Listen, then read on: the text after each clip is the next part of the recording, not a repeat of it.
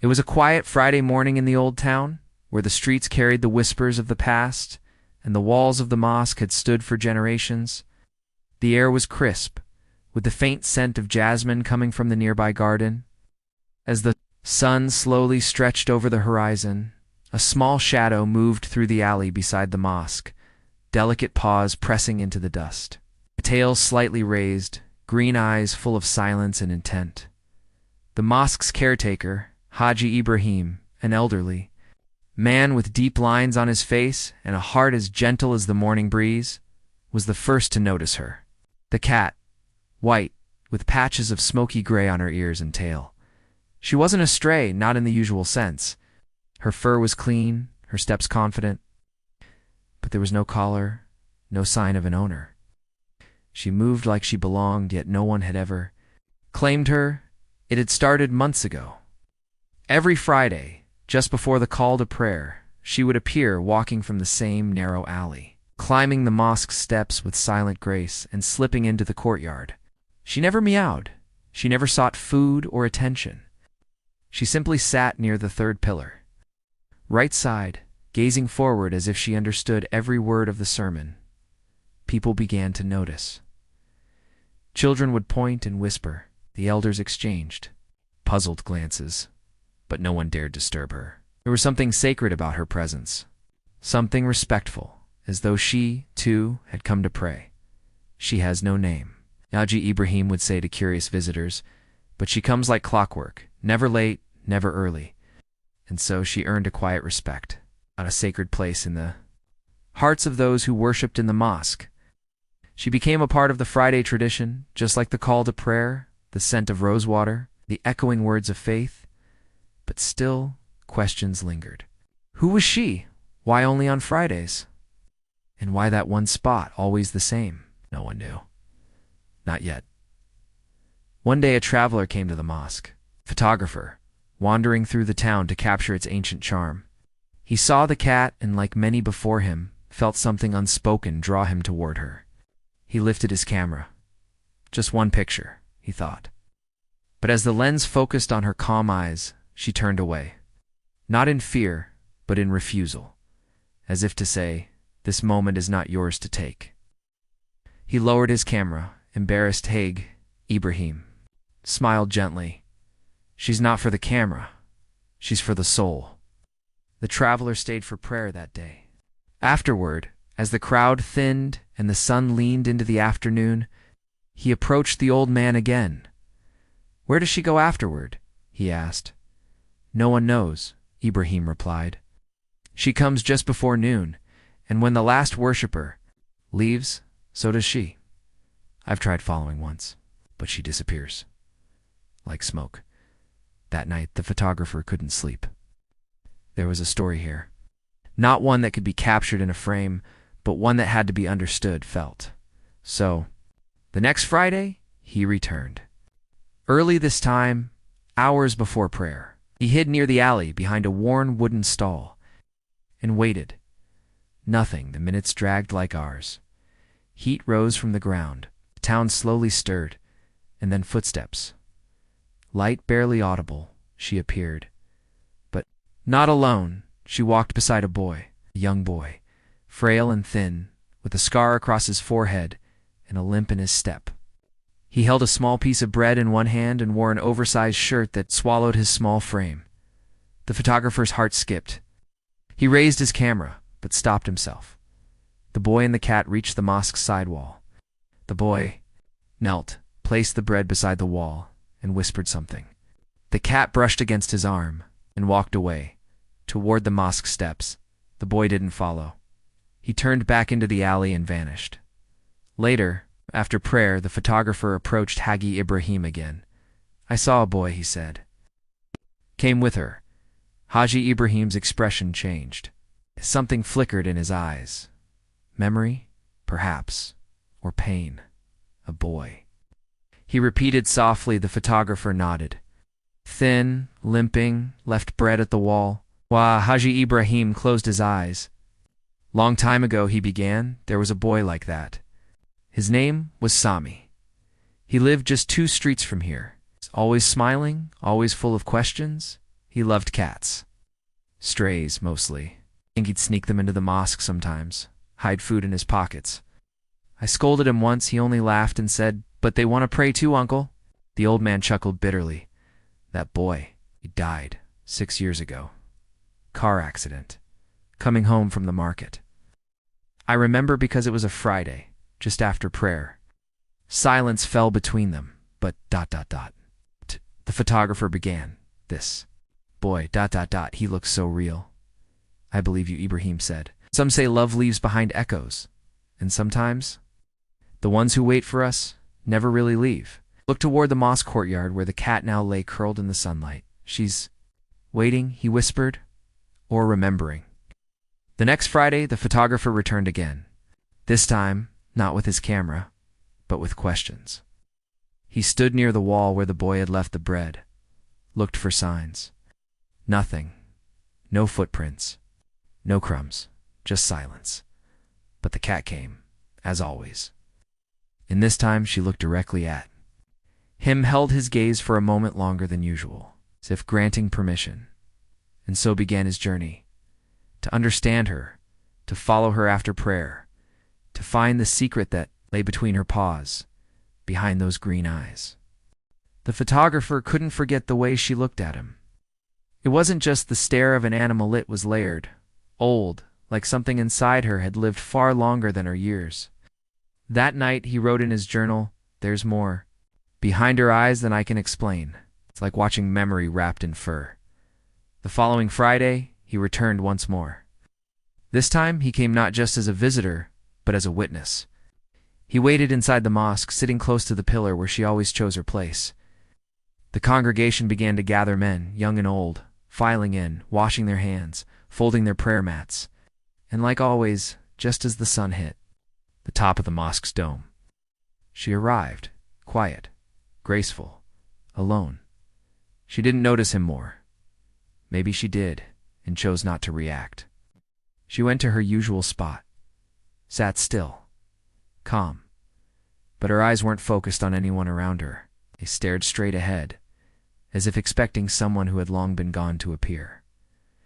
During the sermon, she didn't move. Not a blink, not a shift. She remained like a statue of reverence. After the prayer ended and the faithful began to leave, he waited, pretended to be in deep thought, watching from the corner of his eyes. She stood slowly, stretched, and made her way out, down the steps, toward the alley. This time, he followed. At first, she didn't seem to mind. She walked slowly as if leading him, past the bakery, through a crumbling stone archway, into the oldest part of the town. The streets narrowed, walls closed in. The noise of the mosque disappeared behind them, replaced by the echo of his footsteps and the soft patter of hers. Then, suddenly she stopped. He paused, keeping distance. She turned, glanced at him once, then slipped into a narrow opening in a broken brick wall. It looked like the entrance to a long-abandoned house. He hesitated, then followed inside. The smell of dust and wood rot filled the air. Sunlight filtered through broken tiles on the roof. But the room had something else too, something alive. Small signs. A folded cloth in the corner. A faded photo nailed to the cracked wall. A child's shoe. She leaped onto a crumbled windowsill and sat. He walked deeper into the house. That's when he saw it. Sketched in charcoal on the wall. A boython, smiling, holding a cat in his lap. Underneath the drawing, faint, but still readable, were the words, "Sami and me, friends forever." He stepped back, heart pounding. This place, this forgotten ruin, had once been home to the boy, to Sami and this cat. She wasn't just a visitor. She was family. Had known him, maybe raised by him, maybe the one left behind. The next morning he went to the local library, found an old newspaper clipping. Boy, age 9, killed in road incident. Community mourns loss of beloved Sami Iqbal. There was a picture. The same smile. It's the same scar. And in the background, barely visible, was a cat. White with gray patches. Sitting on the doorstep, she had been there. She had seen everything. He returned to the mosque that Friday with a heavier heart. This time he brought a small bouquet of jasmine, the same kind that grew near the mosque walls. When she arrived, he placed the flowers gently on the stone near her. She looked at them, then at him. Slowly, she touched her nose to the petals. It stayed there, motionless for several seconds. After prayer, she stood and walked again. He followed, but she took a different path this time. Not to the ruined house, but to the graveyard. The same graveyard where they buried Sami. It was quiet. No one else around. It was the call of a crow in the distance. Wind brushing through the trees, she found the grave without hesitation. A small stone, worn but still legible. Sami Iqbal, 2007 to 2016. Always in our hearts. She sat beside it, pressed her body against the stone, closed her eyes. He watched, overwhelmed. This cat wasn't just mourning. She was remembering. She was reliving, perhaps hoping, perhaps praying. In the weeks that followed, he began speaking to the townsfolk. Paws.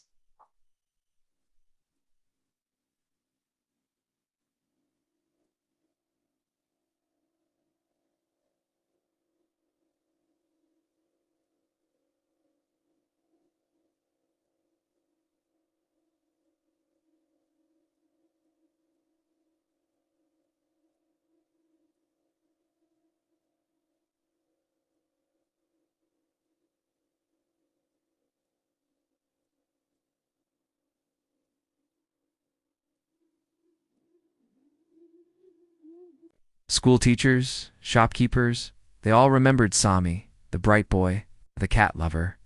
One shopkeeper recalled, he'd come here every Friday, buy a piece of bread, break it in half, eat one, give the other to his cat. Another said, he once told me she prays too, you know. Maybe God hears her better than us. It was clear now this ritual had been born from love, a love that didn't fade with death. A love that lived on in the pause and memory of a silent creature who refused to forget. The photographer decided. To stay in the town longer, he began writing. Not a report, not an article, but a story. A story about a boy and his cat, about love and grief, about remembrance. He named the story The Cat Who Came to the Mosque Every Friday, but still he felt it was unfinished. There had to be something more. One day he brought a small wooden box to the grave. Inside was a collar, simple, with a name tag that read, "For Sami's friend." He placed it gently beside the grave. She was already there. As always, when she saw the collar, she touched it with her nose, then curled around it protectively, as if it were a piece of him returned. That night, the photographer walked home with tears in his eyes, but not of sorrow. Peace. Because some love doesn't need words, it only needs silence. Pause and Fridays. Time in the town seemed to slow down after that. The story of the cat and the boy began to spread quietly, like incense smoke drifting through the narrow lanes. Some people said they felt different during the Friday prayers, now more aware, more present, as if the walls themselves remembered. The cat, unchanged in her routine, still came every Friday, still sat near the third pillar, still left silently once the mosque emptied. But now, people noticed her with a different kind of reverence, not just curiosity. It was respect, maybe even awe. Children began leaving little offerings at the mosque entrance, tiny drawings, pieces of bread, even notes addressed to Sami's cat. She never reacted to the gifts. She would pass by them without a glance, as if her mission was beyond earthly recognition. But one Friday something unusual happened. A little girl, no older than 5, came with her grandfather. She had a small scarf wrapped around her head, and in her hand, a soft fabric mouse, a toy.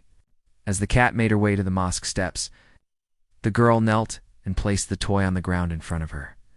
The cat stopped. She looked at the mouse, then at the girl, and then, to everyone's quiet astonishment, she gently lowered her head and picked up the toy with her teeth just for a second before setting it back down. It wasn't play. It was acknowledgement. A gesture of kindness returned. The grandfather later said in a hushed tone, "That toy belonged to my daughter. She used to bring it here when she was Sami's classmate. It's been in a box for years. Today my granddaughter found it." The photographer watched all this unfold from a distance. Every week he noted her behavior, her stillness, her rituals, and the town's growing connection to her. But questions still lingered in his mind. How had she survived all these years? Cats didn't usually live this long, at least not strays. What had kept her going? Was it the boy's memory? Was it faith? Or something the human heart simply couldn't comprehend? One evening, as the sky melted into orange and the shadows stretched across the alleyways, he went back to the ruins of Sammy's old house. The cat wasn't there, but something new was. Scratched into the dust on the floor were fresh paw prints, leading from the drawing of the boy to a corner he hadn't checked before. He cleared the debris and found a small wooden box buried under the broken floorboards. Inside were folded papers, childish drawings, worn photographs, and a notebook. The drawings were simple: stick figures, cats, a mosque with a big dome and minaret, and one drawing of a boy and a cat under a tree, both with halos drawn above their heads. The notebook had only a few pages filled, but the words on the first page took his breath away. "When I grow up, I'll build a house where cats can live forever. No cages, just love."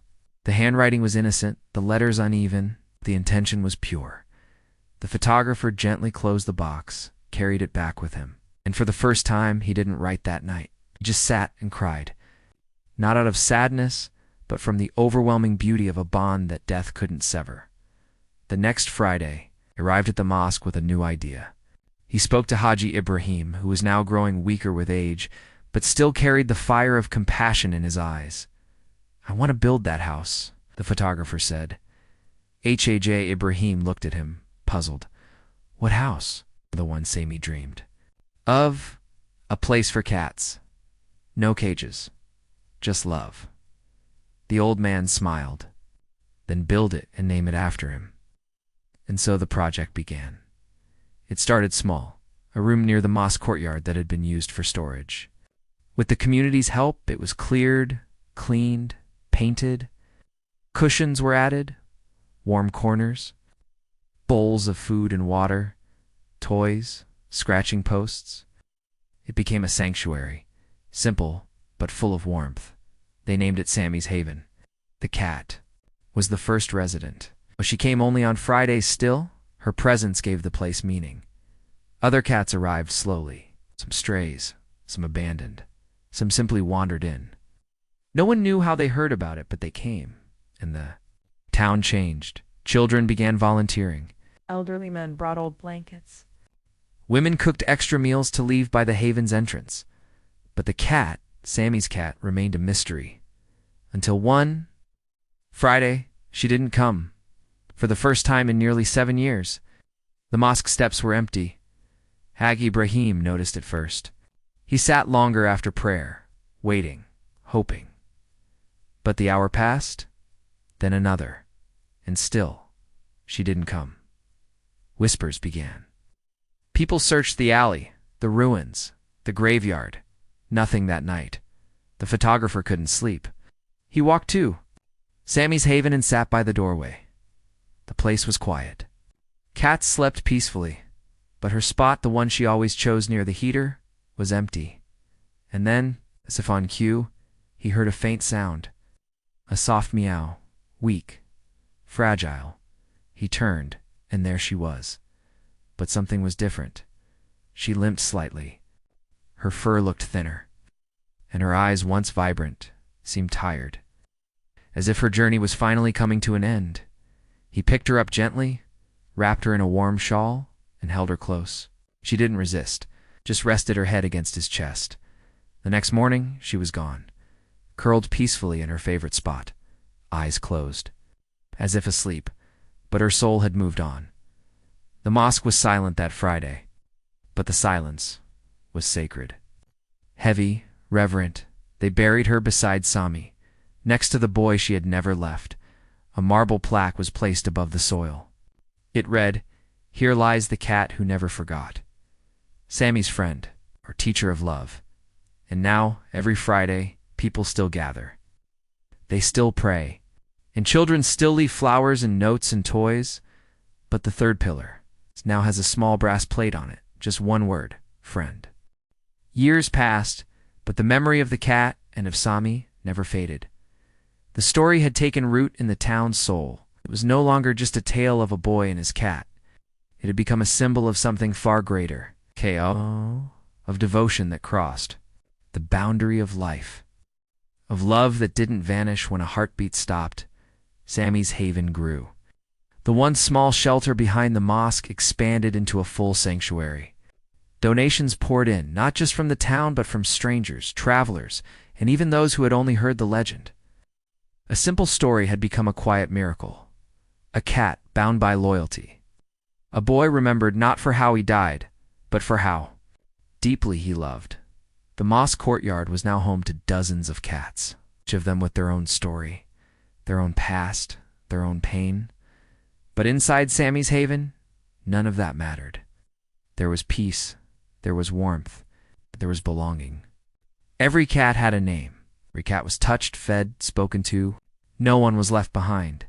And every Friday, the imam would include a quiet moment in his sermon, a pause. Just long enough for people to remember. Some would smile, some would wipe away tears. But all would feel the presence of the one who was gone and the one who had waited. One winter afternoon, a small girl, the same one who had once given the toy mouse to the cat, now older, stood at the grave of Sami and his cat. She placed a folded piece of paper between the flowers. The photographer, now a part of the town, happened to be nearby. He gently asked, "What did you write?" She smiled shyly. "A prayer," she said. He asked for Sami. She shook her head for the cat. He nodded, understanding. "What did you ask?" She looked down. "That she finds him in heaven. That they play under a tree again." The photographer's eyes welled up. In that moment, he realized this story wasn't about loss. It never was. It was about hope, that even the smallest lives leave behind. The biggest shadows, even in silence, love speaks louder than words. He returned to his writing table that night, opened the leather-bound journal that he had carried since his first day in town. He turned to the final page. For the first time, he began to write the end, but not with sorrow, with gratitude. There was a cat who came to the mosque every Friday, not for food, not for shelter, but for a memory, for a boy, for love. And in doing so, she reminded us what it means to remember without words, to wait without bitterness, to love without ending. In the years that followed, more stories began to emerge. Other animals, other acts of loyalty. But the cat who came to the mosque remained unmatched. Her story whispered through generations, told by fathers to daughters, grandmothers to grandsons, etched in murals, painted on walls, written into poetry. Children would walk past the third pillar and pause. Some would pet the marble plate that read friend. Others would close their eyes and whisper secrets they couldn't tell anyone else. And maybe, just maybe, someone was still listening. Sometimes, just before Friday prayer, a white butterfly would drift through the mosque doors, unnoticed by most. But to those who knew, they'd smile. They'd look toward the sunlight and whisper, "She's here." She didn't need a name to be remembered. She didn't need a voice to be heard. She didn't need words to teach love, because her story was never about her. It was about the boy she waited for and the world she left better, one Friday at a time.